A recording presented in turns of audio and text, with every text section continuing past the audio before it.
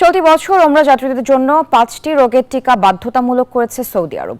Meningitis, polio, yellow fever, corona এবং seasonal ইনফ্লুয়েঞ্জার মতো টিকা বাধ্যতামূলক করেছে রিয়াদ, যা 1 ফেব্রুয়ারি থেকে কার্যকর হবে। সৌদি আরবের রিয়াদ থেকে রুস্তম খানের তথ্য চিত্রে ডেস্ক রিপোর্ট।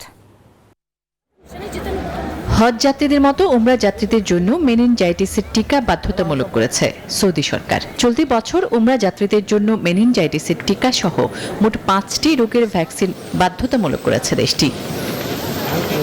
এই রোগগুলো হলো পোলিও, ইয়েলো ফিভার বা পিথজ্বর, করোনা এবং সিজনাল ইনফ্লুয়েঞ্জা। সম্প্রতি এক বিজ্ঞপ্তিতে তথ্য জানিয়েছে দেশটির বেসামরিক বিমান চলাচল কর্তৃপক্ষ।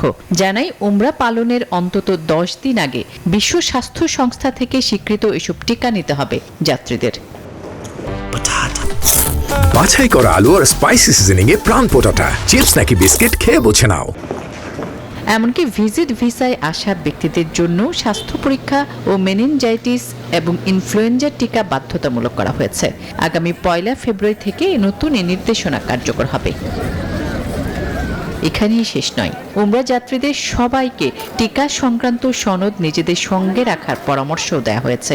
তাছাড়া যেসব যাত্রী দীর্ঘস্থায়ী অসুস্থতায় আক্রান্ত তাদেরকে টিকা সনদের পাশাপাশি নিজেদের শারীরিক অবস্থা সংক্রান্ত তথ্য ও প্রয়োজনীয় ওষুধ রাখার নির্দেশনাও দিয়েছে সৌদির বেসামরিক বিমান চলাচল কর্তৃপক্ষ। Desk report, news 24।